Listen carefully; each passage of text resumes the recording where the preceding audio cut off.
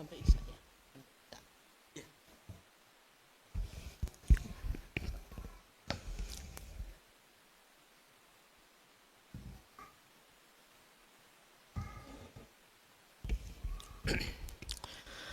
Bismillahirrahmanirrahim. Assalamualaikum warahmatullahi wabarakatuh.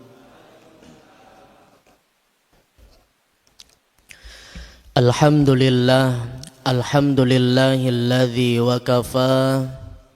Wassalatu wassalamu ala ibadihilladzina astafa wa ala alihi wa ashabihi ala ahli sidqi wal wafa. Asyhadu an la ilaha illallah wahdahu la syarikalah wa asyhadu anna Muhammadan abduhu wa rasuluh. Allahumma shalli wa sallim wa barik ala nabiyyina Muhammad wa ala alihi wa ashabihi ajma'in. Qala Allah ta'ala fil Qur'anil Karim, a'udzu billahi minasyaitonir rajim. Bismillahirrahmanirrahim. Ya ayyuhalladzina amanu taqullaha haqqa tuqatih wa la tamutunna illa wa antum muslimun. Wa qala Rasulullah sallallahu alaihi wasallam, ittaqillaha haitsu ma kunta wa atbi'is sayyi'atal hasanata tamhuha wa khaliqin nasa bi khuluqin hasanin. Amma ba'du. Hadirin Bapak Ibu jamaah salat maghrib yang dimuliakan oleh Allah Subhanahu wa ta'ala. Alhamdulillah, yang pertama kita bersyukur kepada Allah Subhanahu wa ta'ala dengan kudrah dan iradahnya, karena di sore hari yang penuh barokah ini Allah Subhanahu wa ta'ala masih memberikan kenikmatan kepada kita. Allah Subhanahu wa ta'ala masih memberikan kesempatan, kesehatan kepada kita semuanya, sehingga di sore hari menjelang malam yang mulia ini kita semuanya bisa beribadah kepada Allah Subhanahu wa ta'ala. Dilanjutkan dengan bertolabul ilmi, bermajelis ilmu, bersilaturahim. Semoga apa yang kita niatkan, apa yang kita langkahkan ini senantiasa mendapat karunia dan ridho dari Allah Subhanahu wa ta'ala. Kemudian yang kedua, salat serta salam semoga senantiasa terlimpah curahkan kepada junjungan kita Nabiullah Nabi Muhammad sallallahu alaihi wasallam beserta keluarganya, para sahabat-sahabatnya serta kaum mukminin dan mukminat yang senantiasa taat dan patuh kepadanya. Hadirin Bapak Ibu jamaah yang dirahmati dan dimuliakan oleh Allah Subhanahu wa ta'ala. Alhamdulillah, ini saya baru yang pertama kalinya bisa bersilaturahim di Masjid Al-Ikhlas Delta Sari, Kecamatan Waru, Sidoarjo. Bapak Ibu hadirin jamaah yang dirahmati oleh Allah Subhanahu wa ta'ala, sesuai dengan tema apa yang sudah diberikan, yakni bagaimana kita sebagai orang tua harus bisa memiliki pandangan atau pemikiran bagaimana para orang tua ini bisa bahagia, khususnya dalam kehidupan duniawi, lebih-lebih nanti kehidupan akhirat. Nah Bapak Ibu rahimakumullah, kami memperhatikan di Masjid Al-Ikhlas ini ternyata masih saya jumpai banyak anak-anak muda, banyak anak-anak kecil, dari remas masjid sendiri pun juga ada. Ini merupakan salah satu wasilah, salah satu ikhtiar kita bersama-sama, bahwa ketika masjid ini masih terdapat dan masih kita jumpai dengan anak-anak muda, anak-anak remaja, anak-anak kecil, maka insya Allah bisa dipastikan masjid itu akan berdampak, masjid itu akan makmur dan memakmurkan, baik itu kepada jamaah ataupun warga sekitarnya. Karena apa Bapak Ibu rahimakumullah, ya, termasuk saya pribadi juga di usia yang masih muda, saya itu masih usia 23 tahun Bapak Ibu, ya. Sekedar perkenalan aja, karena ada pepatah yang mengatakan tak kenal maka tak. Nah, yes. Termasuk saya juga sudah 4 tahun hidup di Surabaya Bapak Ibu. karena saya juga S1-nya di UIN Sunan Ampel Surabaya. Kemudian saya tinggalnya itu di Wonokromo, di Ketintang, belakangnya Royal Plaza itu ada masjid, ya, namanya Masjid Kiai Haji Muhammad Mukhtar, ya. Jadi tugas saya dulu itu muazin sama imam begitu. Nah, apa yang kemudian kami lihat bahwa masih banyak kami jumpai, masih banyak kami lihat bahwa di masjid itu masih kekurangan anak-anak muda. Nah, bagaimana Bapak Ibu rahimakumullah ini, ya, peran kita sebagai orang tua di sini, ya, harus bisa mengamalkan, atau setidaknya kita ini memiliki ikhtiar bersama-sama bahwasanya kalau misalkan kita ini sebagai orang tua ingin hidup bahagia, manfaat, maslahah, barokah fid dini wa dunya wal akhirah, maka salah satu kunci utamanya di sini adalah bagaimana kita bisa mengajak anak-anak kita, bagaimana kita bisa melibatkan anak-anak muda, bagaimana kemudian kita bisa mengajak generasi-generasi muda untuk senantiasa cinta dengan masjid Allah, untuk senantiasa cinta dengan kebaikan-kebaikan dan melakukan kebermanfaatan kepada sesama manusia. Dan ini nanti akan kami kaji bersama-sama bagaimana orang tua ini harus memiliki ikhtiar bersama-sama Bapak Ibu. Karena apa? Kami melihat bahwasannya salah satu rumus kebahagiaan orang tua itu termasuk di anak-anak kita, termasuk di anak-anak panjenengan semuanya. Lantas bagaimana anak-anak ini kemudian kenal dengan kebaikan, dekat dengan Allah. Ketika di usia kecilnya mereka kita ajari untuk melakukan kebaikan, untuk cinta dengan kebaikan, diajarkan dengan etika, akhlak dan lain sebagainya. Nah, Bapak Ibu rahimakumullah, inilah yang kemudian saya di Surabaya ini, ya, memiliki inisiatif, memiliki pemikiran bahwa anak-anak muda ini harus terlibat dalam kebaikan minimal dalam masjid Allah Subhanahu wa Ta'ala. Nah, Bapak Ibu rahimakumullah, ya, termasuk salah satunya adalah, nah ini kemudian kami membahas lebih mengerucut, ya, bahwasannya salah satu pedoman kunci orang-orang yang bahagia itu adalah orang-orang yang kemudian istiqomah melakukan kebaikan kepada Allah Subhanahu wa Ta'ala. Termasuk ngeten niki nggih Bapak Ibu rahimakumullah, jenengan teng masjid, ya, selain ibadah jenengan masih istiqomah kepada Allah, melakukan kebaikan kepada Allah, salah satunya adalah dengan cara majelis ilmu ngeten niki, ya. Suatu ketika Nabi SAW itu juga berkumpul, ya, bersama dengan para sahabatnya membentuk halaqah nggih ngeten niki sami kayak jenengan hari ini, ya. Kemudian ada salah satu para sahabat yang kemudian bertanya kepada Nabi SAW, ya Rasulullah, amalan apakah yang sangat engkau cintai? Amalan apakah yang kemudian bisa menyelamatkan nanti di hari kiamat di akhirat kelak? Maka Nabi SAW bersabda, wahai para sahabatku, setidaknya ada dua warisan, ada dua amalan yang harus kita kerjakan bersama-sama hingga di detik ini. Amalan apa itu? Yang pertama adalah tilawatil Quran. Yang pertama adalah bagaimana kita istiqomah untuk berinteraksi dengan Al-Quran. Bagaimana kita istiqomah untuk meluangkan waktu kita bersama membaca Al-Quranul Karim. Kemudian yang kedua adalah bermajelis ilmu. Ngeten niki, ya. Jadi majelis ilmu ngeten niki Bapak Ibu, ya, pahala yang luar biasa, ya, sebagaimana Nabi SAW menjelaskan itu semuanya kepada para sahabatnya. Bahkan Nabi SAW itu sudah pernah bersabda, ya, di dalam riwayat Imam Muslim nomor 2699, a'udzubillahi minasyaitonirrajim, wa majtama'a qaumin fi baitin min buyutillah.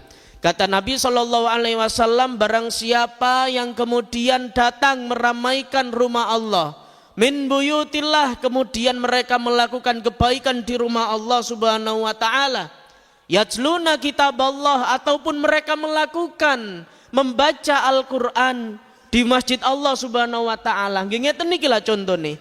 Melakukan kebaikan ya, membaca Al-Qur'an, berzikir, memperbanyak istighfar ya di masjid Allah Subhanahu wa taala. Wa yatadarasunahu, ataupun melakukan kebaikan yang lainnya, entah itu bakti sosial, entah itu hadir di majelis ilmu ngeten niki, entah itu membantu program dakwah masjid, membantu bersedekah dan lain sebagainya, kebaikan di dalam masjid ya, maka kata Nabi SAW akan diberikan 4 keutamaan bagi orang-orang yang cinta istiqomah di masjid Allah Subhanahu wa taala. Yang pertama adalah illa nazalat alaihimus sakinah. Allah Subhanahu wa taala akan memberikan sakinah kepada kita. Sakinah niku napa Bapak Ibu? Bukan yang lagi trending hari ini ya, okay? Bukan yang tepuk sakinah itu yang dari KUA itu bukan, okay, ya. Sakinah itu ketenangan.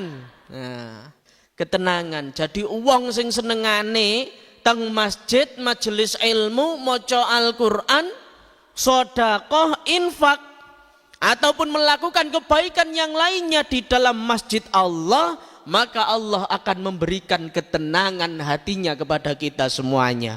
Hari ini mungkin yang diberikan ujian sama Allah, kemudian kita datang ke masjid, kemudian kita banyak beristighfar kepada Allah, maka insya Allah Allah akan berikan ketenangan hati kita. Tapi nanti setelah pulang dari masjid Allah, terkadang kita itu masih masih ingat dengan cicilan kita, nggih ya, ibu-ibu sing kadang nyicil sotil, panci, kompor ngoten niku eling sedanten. Bapak-bapak nggih ngoten niku kadang nggih napa eling ngoten niku. Makanya dengan masjid Allah ngeten niki nggih ya, sakinah Allah itu akan berikan ketenangan hati kepada kita semuanya. Nanti pas ketika pulang dari rumah Allah nggih ya, selebihnya kita bisa melakukan yang lainnya. Nah, itu yang pertama sakinah. Wa ghasiyatuhumur rahmah, yang kedua akan Allah berikan rahmat kepada kita, kasih sayang kepada kita. Jadi Allah akan memberikan kasih sayang kepada kita Bapak Ibu ya. Karena kita ini manusia biasa gitu loh. Karena kita itu terkadang mohon maaf iman kita itu lagi di atas, kadang iman kita di bawah begitu ya. Nah, ini merupakan bagaimana kita itu kemudian hadir ke masjid, melakukan kebaikan, beramal solih ngeten niki, Allah akan berikan rahmat kepada kita. Oh, ternyata ya, kita semuanya ibu A, ibu B, bapak A ini masih istiqomah ke masjid, maka Allah akan berikan kasih sayang kepada kita. Yang biasanya rezeki kita seret, mungkin dengan hadir ke masjid Allah, dengan kita bersedekah ngoten niku nggih ya, melakukan amal solih kebaikan kepada Allah, mungkin Allah berikan harta yang tidak disangka-sangka kepada kita. Mungkin karena tadi kita menyingkirkan batu ya di area masjid yang kemudian membahayakan, ataupun misalkan menyingkirkan hewan ya di masjid, kemudian kita bisa ditolong oleh Allah Subhanahu wa taala. Boleh jadi amalan-amalan kecil itu Bapak Ibu ya, yang sudah kita lakukan, bahkan itu mohon maaf terkadang itu disepelekan sama orang lain ya. Boleh jadi itu yang akan mengantarkan ridho Allah Subhanahu wa ta'ala. Terkadang itu masih juga banyak kami perhatikan orang-orang yang baru hijrah gitu ya, orang-orang yang mohon maaf mungkin jarang ke masjid, kemudian orang ini rajin ke masjid gitu. Kok ngenten ngoten lho tanggoe sing ngomong lho Cak duk ngaren kok nang masjid yang biasa jagongan kok nikate magrib misalkan ngoten nggih ya. Nah, kadang iku nggih ngoten ya, kok duk ngaren kok tumben nang masjid. Nah, pun biarkan ngoten niku Bapak Ibu. Terkadang itu ya kebaikan-kebaikan yang terdapat sebuah rintangan atau cacian atau sesuatu yang tidak kita sukai, maka kebaikan kita itu yang akan mengantarkan ridho Allah Subhanahu wa ta'ala. Makanya pun mboten usah khawatir. Allah itu maha adil Bapak Ibu. Belum tentu orang yang kemudian banyak membicarakan kita di belakang sampai kita tidak dengar, boleh jadi orang itu lebih istilahnya. Nah, kurang baik di mata Allah, kita ini kemudian akan diangkat derajat kita oleh Allah. Karena apa? Karena melalui amalan tadi, ya. Amalan-amalan yang terkadang disepelekan orang lain, amalan-amalan yang kemudian banyak dilupakan orang lain, justru ketika kita bisa melakukan itu, ya, termasuk ngeten niki, maka insya Allah Allah Subhanahu wa taala akan memberikan suatu keberkahan kepada kita semuanya. Dengan rahmat itu semuanya, dengan kasih sayang kepada Allah, maka Allah akan catat sebagai pahala kebaikan kita. Allah Subhanahu wa taala berfirman di dalam Quran surat An-Nahl ayat 197, A'udzubillahi minasyaitonirrajim. Bismillahirrahmanirrahim. Man amila sholihan min dakarin au untha wa huwa mu'minun falanuhyiyannahu hayatan thayyibah. Man amila sholihan, barang siapa yang beramal solih kepada Allah, barang siapa yang melakukan kebaikan kepada Allah, yang melakukan kebermanfaatan kepada sesama manusia, min dakarin au untha, baik dari kalangan laki-laki ataupun perempuan, wa huwa mu'minun, yang pada saat itu orang-orang masih memiliki iman kepada Allah, masih memiliki rasa takut kepada Allah, maka Allah akan berikan dua janjinya kepada kita semuanya. Yang pertama adalah falanuhyiyannahu hayatan thayyibah. Allah Subhanahu wa taala yang akan memberikan keberkahan kehidupan duniawi kita. Allah yang akan menjaga duniawi kita. Allah yang akan menjaga keluarga kita, anak-anak kita. Melalui mana? Melalui kebaikan, melalui masjid ini, ya, pusat peradaban. Maka hari ini kita sudah memiliki istiqomah kepada Allah, kita pertahankan. Maka kebaikan-kebaikan itulah yang akan melindungi diri kita, keluarga kita, harta kita, dan Allah akan memberkahi kehidupan duniawi kita. Kemudian yang kedua adalah walana jaziyannahum ajrahum bi ahsani ma kanu ya'malun, dan Allah Subhanahu wa taala yang akan memberikan pahala kebaikan kepada kita semuanya loh. Ini dahsyatnya orang-orang yang istiqomah kepada Allah. Meskipun terkadang dalam proses kita melakukan keistiqomahan, kebaikan kepada Allah, masih banyak orang-orang yang tidak suka kepada kita, sudah hiraukan. Gak usah ditanggapi. Justru ketika kita menanggapi hal-hal yang tidak bermanfaat itu, nanti akan menimbulkan sesuatu yang tidak bermanfaat juga. Nanti kita akan ikut stres juga. Udah biarkan. Kita gak usah hiraukan yang seperti itu. Karena masih banyak gitu loh. Terkadang kita masih melakukan kebaikan kepada Allah, ya, tapi masih banyak gitu loh, saudara-saudara kita, tetangga-tetangga kita yang kemudian dia tidak suka kepada kita atau mungkin iri kepada kita, sudah hiraukan gitu. Dan itu misalkan ketika kita sudah hiraukan, maka insya Allah Bapak Ibu, Allah akan membimbing kita semuanya. Nah, balik lagi ke hadis Rasulullah tadi, ya. Kemudian yang ketiga adalah wahafat humul malaika. Para malaikat hari ini sedang berkeliling di masjid Allah ngeten niki. Jadi kok enten masjid teng mriku wonten kegiatan majelis ilmu, tolabul ilmi, silaturahim, kebaikan ataupun bentuk kebaikan yang lainnya, atau misalkan kita membaca Al-Qur'an begitu, para malaikat ini sedang mengelilingi kita, sedang mengawasi kita, memantau kita gitu loh.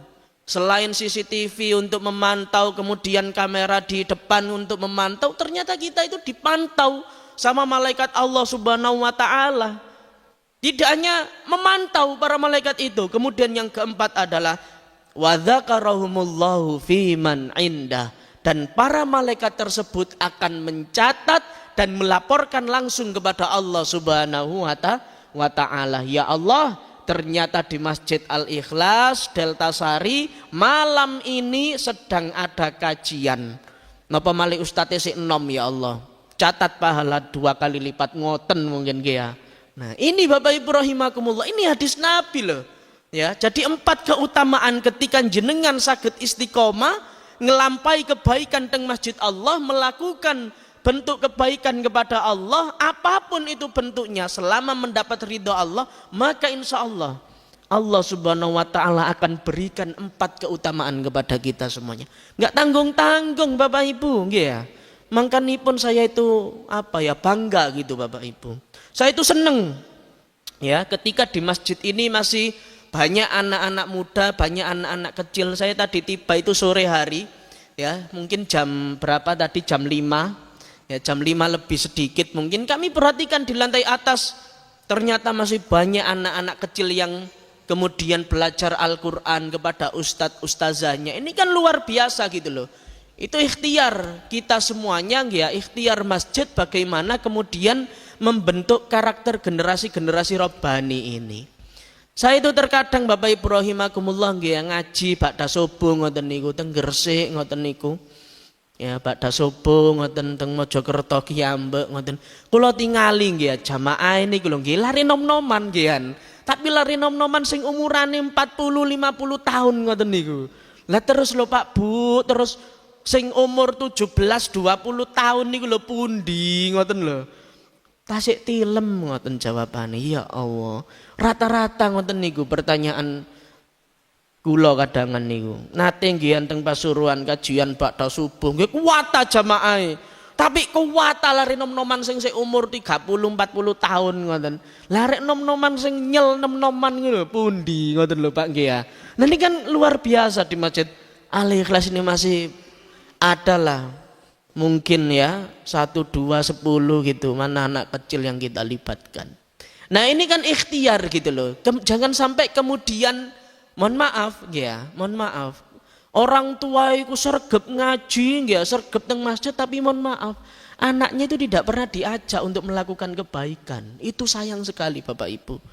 Sayang sekali ya. Jenengan niku insyaallah istiqomah, tapi nek misalkan alangkah baiknya, alangkah istimewanya ya, sekalian kita mendapatkan pahala Allah niku sekalian diajak yugane teng masjid ngeten niki diajak nggih meramaikan masjid Allah, nggih ibadah, nggih ngaji ngoten niku. Nah, ini nanti Bapak Ibu rahimakumullah yang kemudian saya di Surabaya itu memiliki inisiatif gitu ya. Saya dulu mahasiswa itu masih aktif banget Bapak Ibu ya. Ada salah satu organisasi begitu perkumpulan ya, Jamiatul Hufaz wal Qura ya.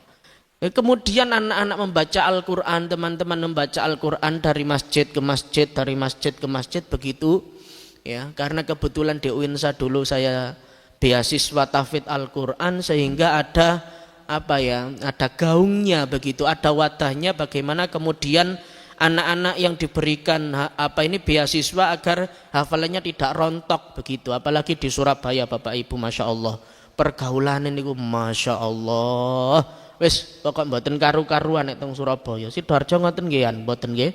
Nah, mboten insyaallah. Surabaya mawon Pak. Sidoarjo mboten masih aman, apa malih teng kompleks Masjid Al-Ikhlas insyaallah masih baik-baik lah insyaallah. Nah, Bapak Ibu rahimakumullah ya. Kemudian nilai-nilai implementasi ini yang sudah kita lakukan, yang sudah kita istiqomahkan. Nah, ini kita hadirkan anak-anak muda gitu. Kita libatkan anak-anak kita libatkan kader-kader kita yang punya potensi apapun itu, kita libatkan sesuai dengan bidangnya. Sing senengane ngitung ya kita libatkan untuk menghitung menghitung rumus atau perkembangan masjid. Yang seneng ngaji, punya basic imam ya, punya basic keagamaan ya, nilai-nilai yang bagus itu ya, kita libatkan anak-anak muda dalam memeriahkan masjid Allah Subhanahu wa taala. Sebenarnya Bapak Ibu rahimakumullah, mimbarnya anak muda ya, wadahnya anak-anak muda, public speakingnya anak-anak muda itu bukan di mimbar, bukan di kursi di depan ngeten niki bukan. Tapi mimbar yang sesungguhnya bagi anak-anak muda itu adalah di smartphone-nya masing-masing, di HP-nya masing-masing. Anak-anak muda yang memiliki kreativitas dalam melakukan edukasi di HP-nya masing-masing, insya Allah masih bisa. Karena apa? Anak muda itu Gen Z gitu loh. Semuanya Gen Z ini pasti saya jamin memiliki HP. Andaikan dia tidak memiliki HP, pasti dia pinjam HP orang tua. Itu makanya mimbarnya anak muda itu ada di gadgetnya masing-masing. Ketika HP ini digunakan untuk kebaikan, maka insya Allah yang muncul adalah kebaikan, yang muncul adalah kemaslahatan umat. Sesekali Masjid Al-Ikhlas ini kita viralkan dengan anak-anak muda, dengan prestasi mereka, dengan kreativitas mereka. Ya, mereka kemudian membuat vlog, membuat video dakwah di dalam masjid, di luar masjid, ya. Dan kemudian dilihat banyak orang, ya, maka insya Allah dengan kreativitas itu nanti masjid ini akan sebagai bentuk peradaban umat yang sesungguhnya. Jadi bukan di mimbar, bukan kemudian mereka yang harus dikasih keilmuan yang khusus, ya, kecuali bagi orang-orang anak-anak muda yang sudah basicnya di keagamaan, boleh, silakan, monggo. Nah itu, ya. Jadi Gen Z itu mimbarnya itu di smartphone, Bapak Ibu. Yang kedua, mimbarnya di mana? Di buku. Ya, coba kita perhatikan, anak-anak muda yang suka baca buku itu berapa persen? Nah, suruh baca buku belum satu halaman itu sudah ngantuk beneran, sekalipun dia itu mahasiswa. Nah, padahal ketika kita hari ini bisa menyandingkan medsos, ya, perkembangan teknologi, nggak usah beli buku di Gramedia, nggak apa-apa, nggak usah beli buku di toko buku, nggak apa-apa. Kita lo bisa mengakses di gadgetnya masing-masing, jurnal pendidikan apa, buku PDF, itu kan luar biasa, Bapak Ibu rahimakumullah. Tinggal kita yang bisa memberikan fasilitas kepada mereka atau enggak gitu loh. Yang kemudian banyak sekali kemudian anak-anak kita, ya, secara fisiknya bagus, secara fisiknya sempurna, tapi mohon maaf hatinya rapuh, Bapak Ibu, pikirannya rapuh. Kenapa saya katakan demikian? Karena anak-anak kita Gen Z hari ini, ya, Gen Z itu mereka yang kelahirannya 1998 sampai 2012 itu Gen Z, Bapak Ibu. Termasuk kula niki Gen Z. Kula niki kelahiran 2002, ya. Kemudian ada yang namanya ningkat lagi, namanya Gen Alpha. Gen Alpha itu mereka yang kelahirannya 2012 sampai 2025, itu Gen Alpha. Kemudian ada yang namanya Gen Beta. Gen Beta itu 2025 ke atas, hingga masa yang akan datang itu Gen Beta. Lah nek jenengan niki gen nopo nih Bapak Ibu? Wis wayahe istiqomah nggih ya. Nah, pun wayahe istiqomah, ayo podo-podo enggak ada ikhtiar untuk mendidik anak kita dengan baik, begitu. Ya, jadi Gen Z, ya. Gen Z itu fisiknya bagus, tubuhnya bagus, penampilannya luar biasa bagus. Cobalah kita perhatikan anak-anak muda hari ini tuh, masya Allah, ya.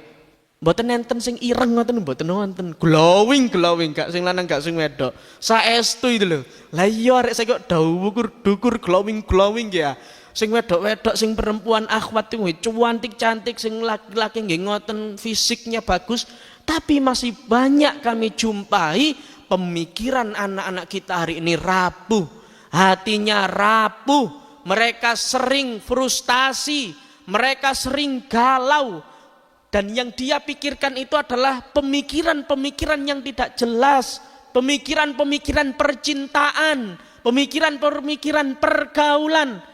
Bukan kok yang dipikir tugas, bukan yang kok dipikir pendidikan, bukan yang dipikir masa depannya, bukan. Karena apa? Anak-anak muda hari ini dijajah dengan 3F. Ya, 3F. F yang pertama dari food. Apa food, Bapak Ibu? Dari makanan. Coba kita perhatikan makanan-makanan anak-anak muda itu, masya Allah, ya kan? Makanan-makanan yang disukai anak muda. Contoh apa? Bakso mercon, tahu mercon, ngoten niku Pak. Napa malih? Tempe nggih, mboten ajeng tempe niku. Apa ini yang makanan-makanan Korea itu, seafood, ya kan? Makanan-makanan yang disukai anak-anak muda itu adalah makanan yang mengandung manis, makanan yang mengandung pedas, dan makanan yang mengandung asin atau micin. Itu yang paling disukai anak-anak muda. Coba kalau kita hidangkan makanan-makanan lemper ngoten niku. Brubi, kucur, mboten arep lari nom-noman ngoten niku. Bote, telo, mboten ajeng. Saestu. Nggih ya.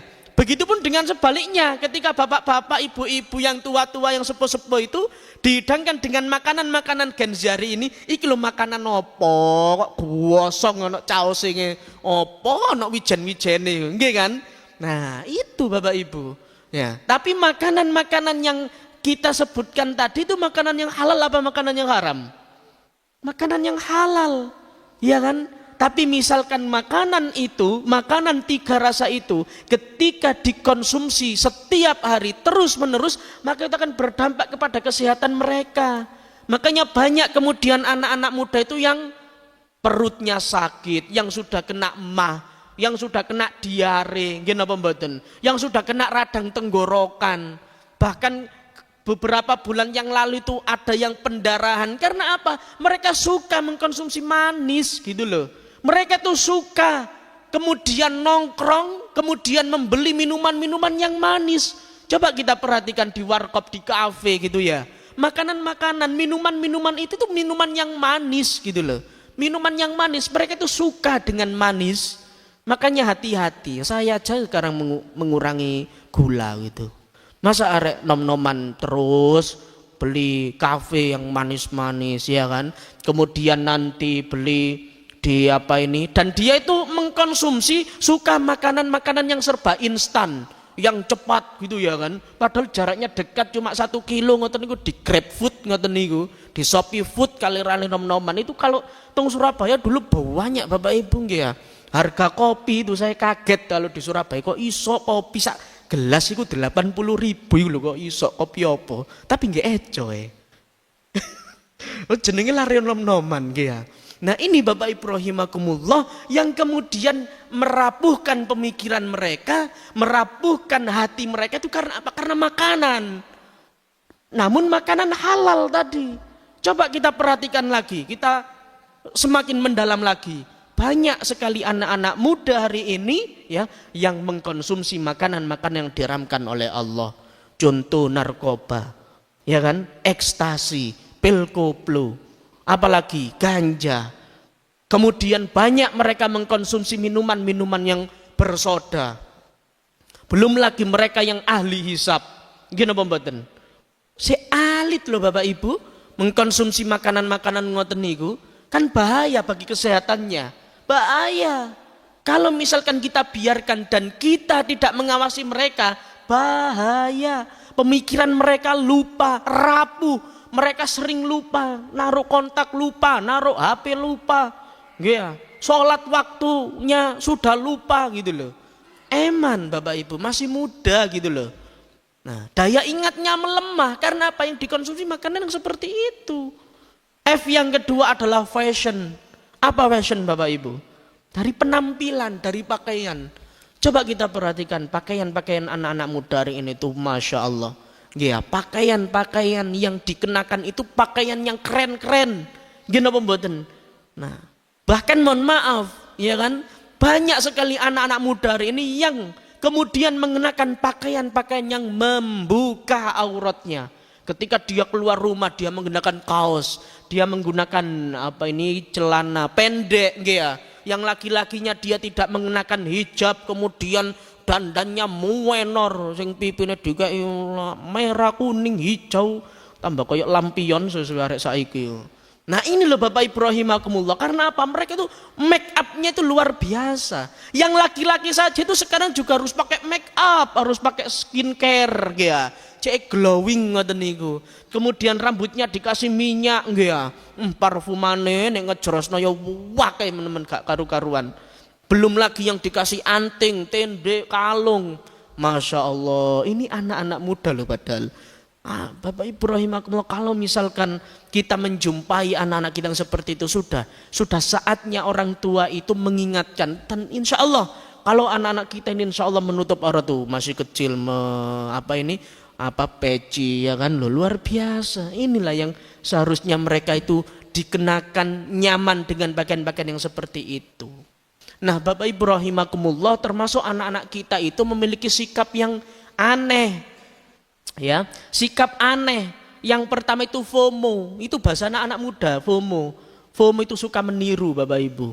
Nah, kalau bahasa Arabnya itu hubut taklid. Jadi apapun yang hari ini viral di media sosial, di dunia maya maupun di dunia nyata, dia viralkan. Apapun bentuknya dia viralkan. Ya kan, termasuk kemarin kami melihat Idul Fitri kemarin itu ada backsound yang lagi viral, statue itu ya, sampai ibu-ibu melok joget barang. Nah, anak-anak muda yang viralkan, bahkan solawat saja dia viralkan. Iku ya. Iku itu kan solawat sampai digawe musing barang. Bahkan yang lagi viral hari ini tuh solawatnya Habib Bidin itu loh. Kam kaunadi. Itu dia viralkan yang ngoten-ngoten niku. Eman Bapak Ibu. Coba lagi kita misalkan memviralkan dengan yang positif gitu loh, dengan prestasi ya. Insya Allah akan semakin berwarna gitu loh. Kalau misalkan yang dia viralkan hanya sekedar hiburan, nggak ada selesainya gitu loh. Ada temannya beli HP, dia pengen karena apa? Dia FOMO gitu loh. Itu penyakitnya anak-anak muda. Kemudian ada temannya ganti apa? Misalkan fasilitas hidup yang lebih wow. Kemudian banyak anak-anak muda kita minta ke orang tua. Nah, dia bangga pada hartanya orang tua. Makanya Bapak Ibu rahimakumullah, sikap mandiri anak-anak kita itu sekarang terbatas, bahkan menurun. Anak-anak sekarang itu manja-manja gitu loh. F yang ketiga adalah dari fun, hiburan. Coba kita perhatikan hiburan anak-anak kita itu semuanya dari gadget ini, dari HP-nya masing-masing ini Bapak Ibu. Makanya saya tadi katakan mimbarnya anak-anak muda, dakwanya anak-anak muda, intelektualitasnya anak-anak muda itu di gadgetnya. Ketika gadget ini digunakan untuk kebaikan, untuk hal-hal yang mencerahkan, mencerdaskan, maka insya Allah gadget ini akan bisa dimaksimalkan sama anak-anak muda.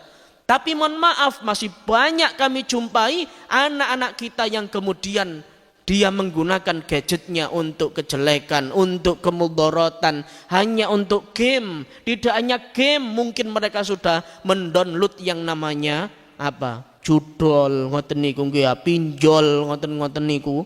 Ya, kemudian game-game online ngoten niku, masya Allah. Sehingga apa? Waktunya dia habis digunakan untuk main hiburan tok ngoten niku.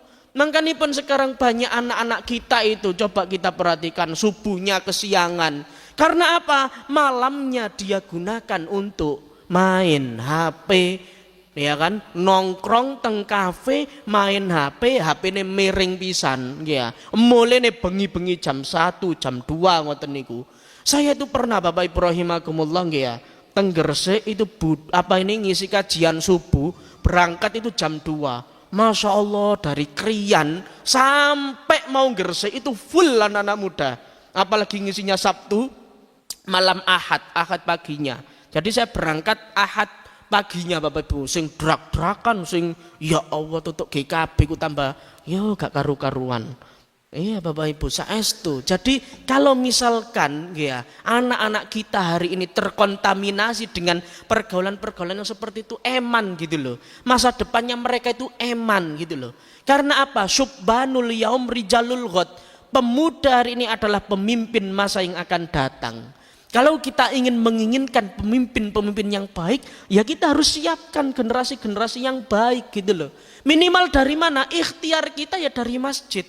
Dan insya Allah Bapak Ibu rahimakumullah, setidaknya ada 6 ikhtiar yang sudah kami tulis di dalam website saya. Kalau saya jelaskan tidak nutut waktunya ya. Kalau misalkan Bapak Ibu itu masih kangen kali kula nggih ya, insya Allah jenengan tinggal cek mawon teng HP-nya masing-masing, buka di Google ngoten mawon atau di Google Chrome, ketik nama lengkap saya gitu, Muhammad Iqbal Rahman. Insya Allah sudah banyak Bapak Ibu rahimakumullah, sudah banyak tulisan-tulisan saya, sudah banyak tulisan-tulisan yang sudah dirilis ya oleh liputan dalam jurnal, insya Allah sudah banyak.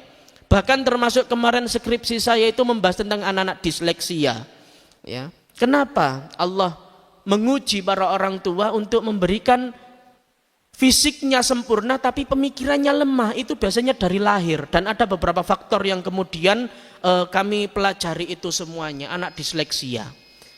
Dan sebelumnya Bapak Ibu rahimakumullah, saya itu di Surabaya juga memiliki komunitas Rijalul Khair. Kami namai komunitas itu pemuda yang baik, pemuda yang hijrah gitu. Padahal komunitas saya itu adalah anak-anak jalanan, anak-anak pang-pangan. Masya Allah. Dan kemudian banyak satu dua kali yang kemudian dari hal itu ya kemudian saya dikritik ya, saya di itu habis-habisan, tapi nggak apa-apa. Selama kebaikan itu masih ada, ya kan? Kemudian ada berita yang diliput hingga viral lah saya ini hingga sampai saat ini, karena apa?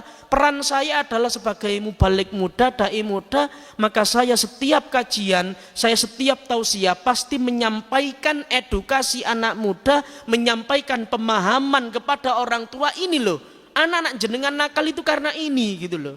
Ini loh, karena anak-anak kita bandel itu karena ini. Ini loh, karena mereka subuhnya telat itu karena ini gitu.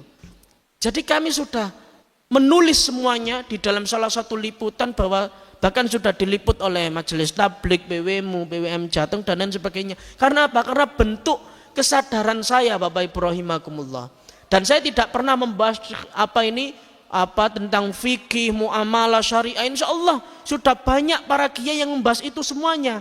Maka masuklah saya di situ, dan juga masih jarang sekali kami jumpai para mubalik-mubalik yang kemudian menyinggung, mengedukasi, kemudian bahkan membuat penelitian tentang anak-anak muda, anak-anak Gen Z gitu loh. Karena saya paham betul bahwasanya peran pemuda hari ini sangat dibutuhkan di masyarakat. Ya. Tahun kemarin Bapak Ibu rahimakumullah ada penelitian yang mengatakan bahwa anak-anak muda Gen Z beban negara. Hashtag tagar anak muda beban negara. Saya termasuk orang yang tidak terima bahwa anak-anak muda dikatakan beban negara. Masih banyak kami jumpai anak-anak muda, kader-kader kita yang kemudian memberikan banyak prestasinya untuk persyarikatan, yang kemudian banyak sekali untuk berdakwah di masjid Allah Subhanahu wa taala. Gak semua anak muda itu menjadi beban negara. Dan kemudian saya mengkritisi dalam salah satu tulisan saya, andaikan Gen Z dikatakan beban negara, maka gen bapak-bapak, gen ibu-ibu beban negara yang sesungguhnya karena telah memakan uang rakyat. Dan itu kemudian tulisan saya viral, Bapak Ibu. Masya Allah. Termasuk kemudian potongan tausiah saya itu di Instagram hari ini, postingan 5 hari yang sebelumnya itu viral, Bapak Ibu rahimakumullah. Saya menyampaikan apa? Saya menyampaikan bahwa anak-anak muda itu harus serba siap ditempatkan di mana saja. Apalagi kader-kader persyarikatan, disuruh imam siap, dia disuruh khotib siap, disuruh mimpin ortom siap, disuruh berdakwah siap. Akan tetapi ada sedikit pemelesetan dari ucapan saya yang kemudian dianggap pro kontra sama netizen, hingga viral lah saya kemudian beberapa hari yang lalu. Masya Allah, dahsyatnya media sosial yang kemudian ketika dia gunakan untuk kebaikan, maka insya Allah ada output yang bisa diberikan kepada anak-anak kita. Jadi ketika Bapak Ibu sudah memberikan fasilitas gadget kepada mereka, minimal dia gunakan untuk kebaikan, minimal dia gunakan untuk edukasi. Dia kesusahan dalam mengerjakan misalkan mata pelajaran matematika, ada aplikasi yang memudahkan untuk mengerjakan itu semuanya. Apalagi di HP ini sudah ada AI, ada chat GPT, nggih napa mboten? Nah, itu kita manfaatkan betul-betul. Jangan kemudian kita terlelap dalam teknologi yang kurang-kurang baik. Maka Bapak Ibu rahimakumullah, pesan saya yang terakhir, jadikan anak-anak muda, jadikan anak-anak kita sebagai ikhtiar para orang tua untuk membentuk kebahagiaan yang sesungguhnya, kemaslahatan yang sesungguhnya, investasi yang sesungguhnya terletak di anak-anak kita. Laisal fata may yaqulu kana abi walakinnal fataha anadha. Bukan dikatakan anak muda, bukan dikatakan pemimpin, mereka yang senantiasa membanggakan ayahnya. Kami melihat banyak sekali anak-anak muda yang membanggakan ayahnya. Mentang-mentang ayahnya kaya, dia kemudian dimanja, dia tidak mandiri. Mentang-mentang ayahnya menjadi pimpinan dalam pejabat, dicarikan lapangan pekerjaan tanpa evaluasi, tanpa seleksi. Dan masih banyak lagi kami jumpai anak-anak muda yang seperti itu dikarenakan membanggakan ayahnya. Walakinnal fataha anadha. Akan tetapi dikatakan anak muda, dikatakan pemimpin, mereka yang senantiasa membanggakan anada, inilah aku, inilah prestasiku, inilah kelebihanku, inilah prosesku. Maka insya Allah anak-anak seperti ini calon-calon pemimpin seperti ini, insya Allah mentalnya sudah tertempa, pemikirannya sudah tertempa, kemandiriannya sudah baik, wawasannya sudah baik, bahkan dia sudah siap ditempatkan di mana saja. Dan kami membutuhkan anak-anak muda yang seperti ini untuk meneruskan perjuangan para orang tua, untuk meneruskan perjuangan panjenengan semuanya, termasuk untuk melanjutkan dakwah masjid ini yang luar biasa. Inilah Bapak Ibu rahimakumullah, mengapa kami mengambil tema bahwa orang tua yang bahagia yang sesungguhnya ketika anak-anak kita ini menjadi anak-anak yang bermanfaat, menjadi anak-anak yang solih-solihah. Karena apa? Sekelas Nabi Ibrahim alaihissalam masih berdoa kepada Allah, masih meminta kepada Allah, Rabbi habli minas solihin. Ya Allah, berikan, jadikan anak-anak kami, keturunan-keturunan kami yang solih-solihah. Maka melalui ikhtiar jenengan majelis ilmu, melalui ikhtiar dari masjid Allah seperti ini, melalui kebaikan panjenengan ini, melalui bentuk perjuangan kita semuanya, pengorbanan para orang tua, kita niatkan bersama-sama untuk mewujudkan generasi Rabbani, generasi yang bisa memberikan kemaslahatan, keberkahan, yang memberikan berkah, manfaat, maslahah, barokah fid dini wa dunya wal akhirah. Bapak Ibu rahimakumullah, itu saja yang dapat saya sampaikan. Karena waktu sudah isya, kurang lebihnya saya mohon maaf yang sebesar-besarnya. Masih banyak kemudian pembahasan yang perlu kita bahas. Insya Allah semua apapun tausiah saya termasuk sudah ditulis oleh media, sudah ditulis oleh liputan. Tinggal ngeklik Muhammad Iqbal Rahman, insya Allah di Google sudah banyak semuanya tulisan-tulisan saya, karya-karya saya, video-video saya yang kemudian menyinggung anak-anak muda. Untuk apa? Memberikan edukasi kepada para orang tua. Hadanallahu wa iyyakum ajma'in wal afu minkum. Nun wal qalam yawma yasturun. Nasrum minallah wa fathun qarib wa basyiril mu'minin. Wassalamualaikum warahmatullahi wabarakatuh.